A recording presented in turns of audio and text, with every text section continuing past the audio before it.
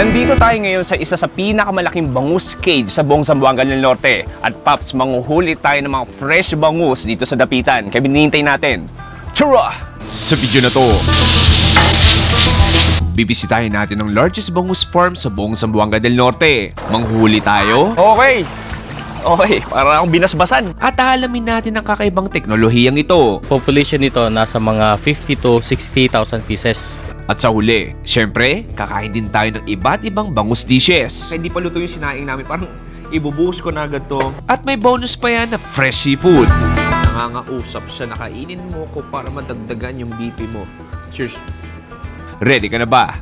Tara!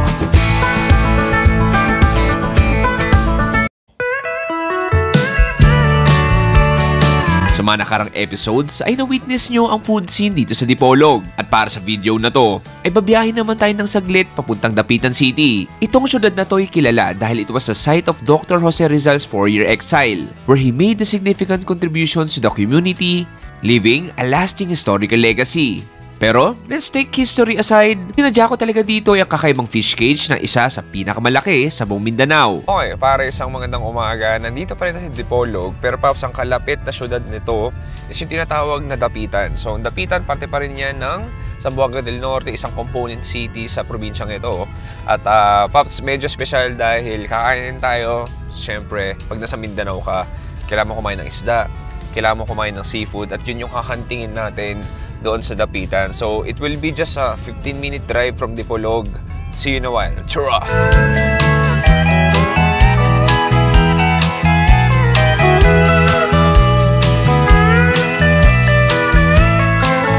Okay, Pops, touchdown. Nandito sa Dapitan. Pero unang pupuntahan natin, hindi sa town proper, bagkus. Pupunta tayo ng isang fish cage. Doon tayo kukuha o doon tayo maghahanap ng mga fresh na isda. Actually, I'm very clueless kung anong klaseng isda makikita natin. Pero kita mo, literal, Jeyo, pakita mo, literal sa libliban tayo. Literally, we're out of nowhere. At sakay tayo dito sa likod dahil medyo mahirap yung daanan pababa dun sa area ng mga palaisdaan. Anyway, tara! So, pansin mo, medyo talaga rough road. Rough road yung pinaka-dinadaanan namin ngayon. So, tanong na tanong ko na rin yung dagat. At yeah, ibang klase experience to.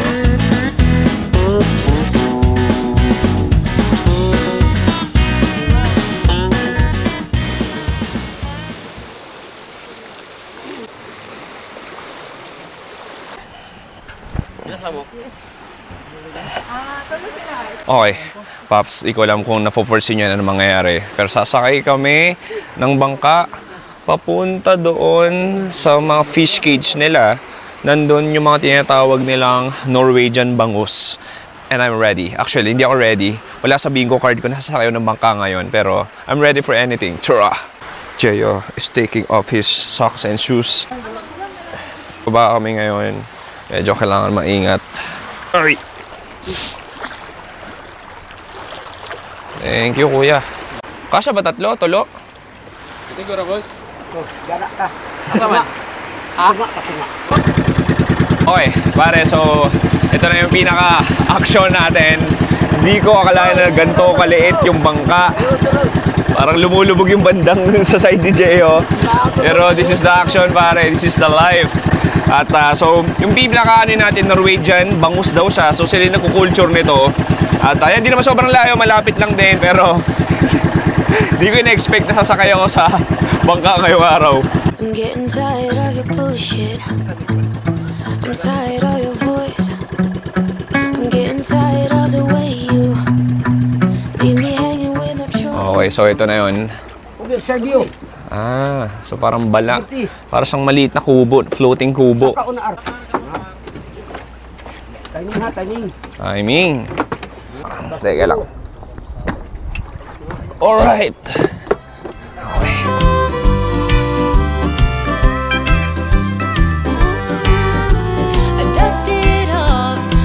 Boom!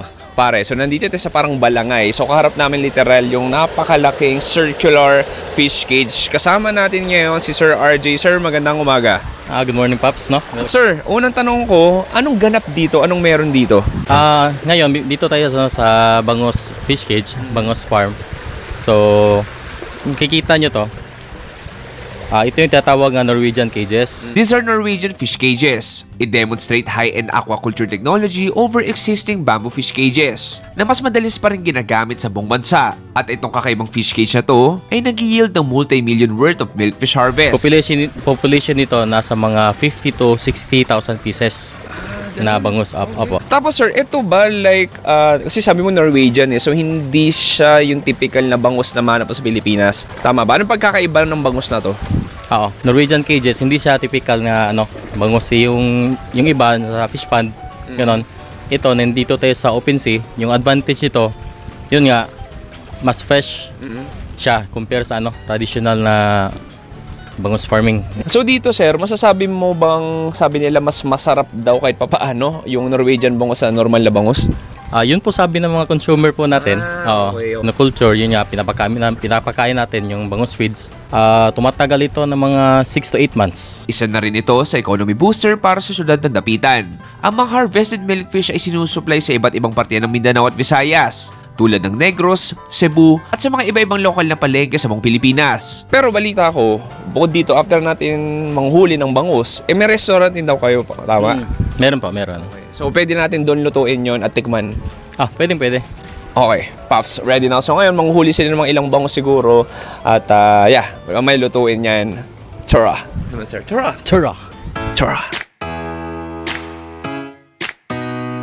Okay? It's time for some action. At sasample lang tayo nila kuya kung paano pagkuha ng bangus. Kuya, patong ako, kasama ako Teka lang, natakot ako.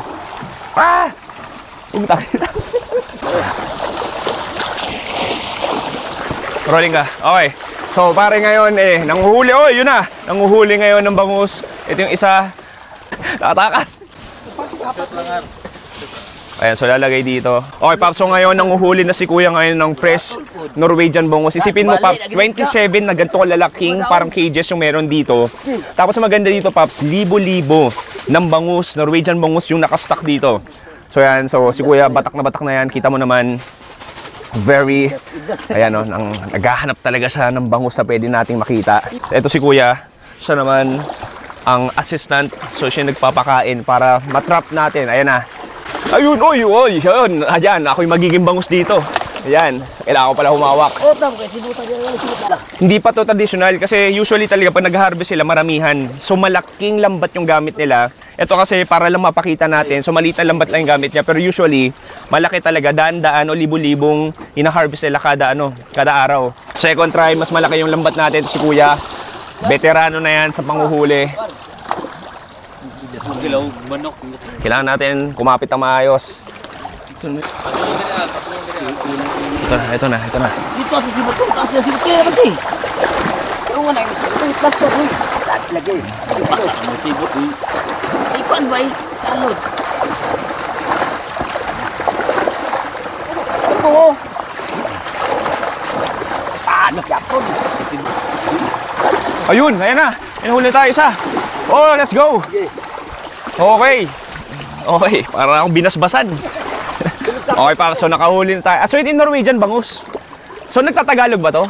Hindi, kasi Norwegian siya Hindi. Hey, do you understand me? Sabi niya, hindi daw. He speak only Norwegian. Anyway, pa. So magagawin natin ito. Kuha pa sila ng iba pa, mga fresh. And then lulutuin yan mamaya. Okay, pwede na umalis dito.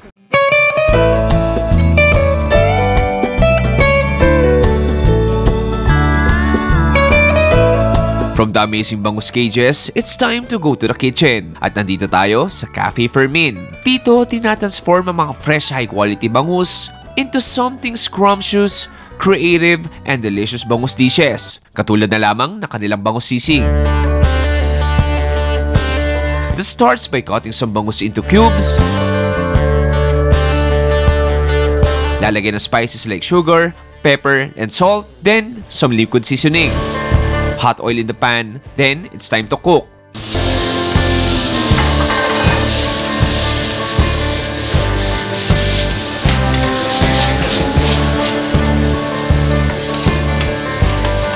An egg will be added for extra protein and texture. And margarine in the sizzling plate.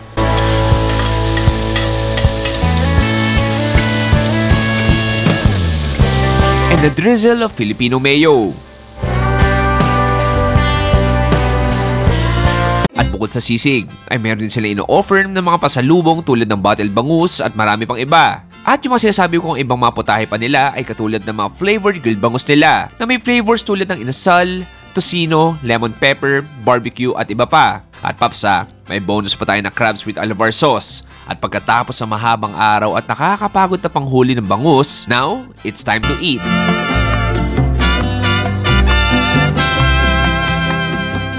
Okay, pare, heto na yung ating iba't ibang pagkain dito sa Cafe Fermin, Paps. Kanina, lumusong tayo sa dagat, nagpakapawis tayo. Halos talsikan ako ng tubig sa mukha, pero okay lang. Dahil sulit yun, dahil naghahanap tayo at nanguhuli tayo ng bangus, na which is eto na yung mga yun, luto na. Dito sa Cafe Fermin, medyo playful sila at creative dahil yung mga bangus nila hindi lang grilled bangus.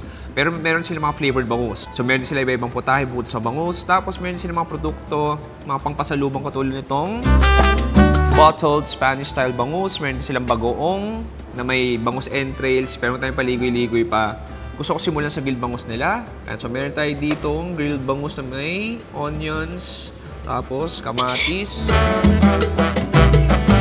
Okay, tingnan na natin. Cheers!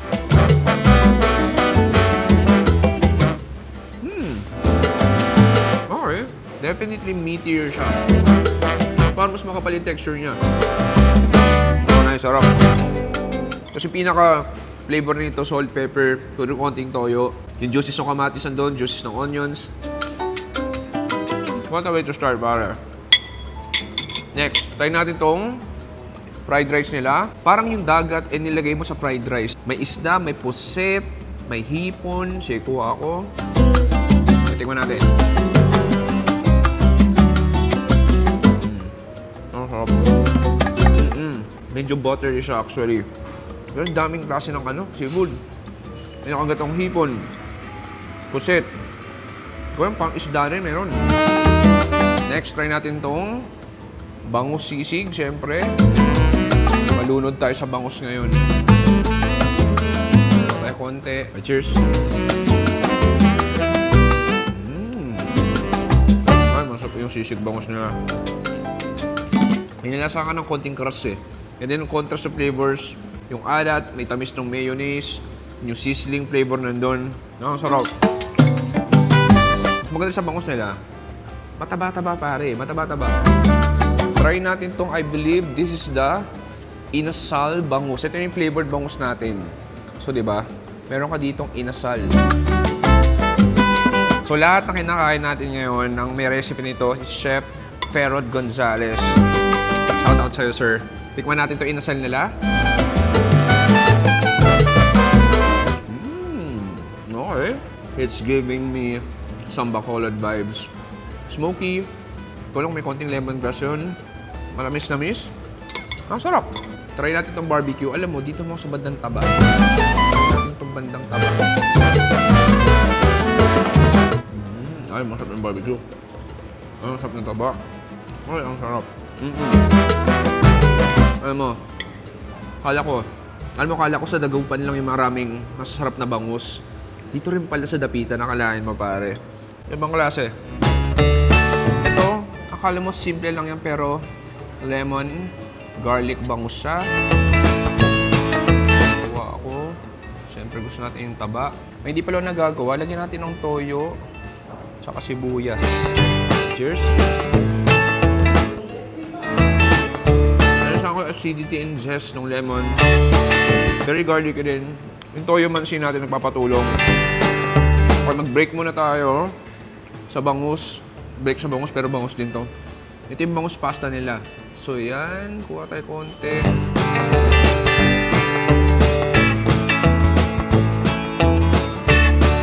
Wow. Okay. Ito yung bottled bangus nila. Ang sarap. Parang may parmesan ng lalasahan. How do you say this? Parang nasokop yung Sokop yung oil nung pinaka-Spanish bangus natin. And then basically, binos mo sa pasta. Masarap. Pero, this time, gusto kong tikman yung bottled Spanish sardines nila. Buksan natin. Okay. Okay, nag-gym pa ako nilagay na to ah. Nandito si Cliff. Ayan, ng macho man. Expert na expert yan magbukas. Ay, ang yawa. Ang yawa. Thank you. Gusto ko yung nanggigil pa yung mukha niya talaga para hindi siya mapahiya. Ay, parin. Masarap. Nagmamantika. Okay, uy, nice. Ito yung pinakabangus natin. Ping ko ganito. Kuha ng konting kanin. Pwede mong gawin. Buhos mo yung oil. Tapos kuha ka ng bangus. Kuha ka ng kanin.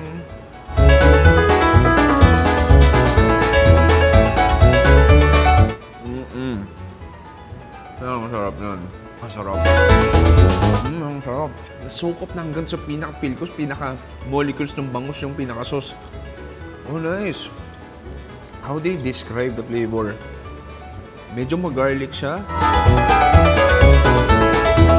Kung may hint ng peppercorn, favorite ko meron. Yung quality ng bangus, parang dito mas nalasahan ko yung fattiness tsaka yung kapal ng bangus niya. Ang sarap nun. Medyo ilayo mo sa akin to dahil maubos ko yan. Kasi tayo ng ibang putahe. Next, try natin tocino. Bangus nila. Grabe kapal ng taba nito. Cheers. Okay. Nandun yung smoky barbecue flavor niya. Sarap pare. Alam mo yung kada bangus dito, parang iba-iba experience siya. Parang kung may flavored fries, may flavored chicken. Dito basically, flavored bangus. Last but not the least, medyo lumayot ng bangus. So meron tayo ditong alabar sauce na crabs. Shout out sa Jo Marie. May alabar din dito sa Dipolog. Sige, tikman natin yung sauce. Nandun yung coconutty, milky, sweet, buttery flavor. Okay, nice. Sige. Yung alige natin, nangangausap siya. Nakainin mo ko para madagdagan yung BP mo. Ganon siya kataba. Grabe, punong-puno ng alige. Sige, tikim tayo. Mamaya na yung karne. Grabe, no? Sige, kuha tayo konti. Okay. That solidified butter texture. May pait ng konti. Alige is alige. Let's dig in. Sibiyakin natin. O yun, may nakita na akong white meat. Yun yung gusto ko. Cheers.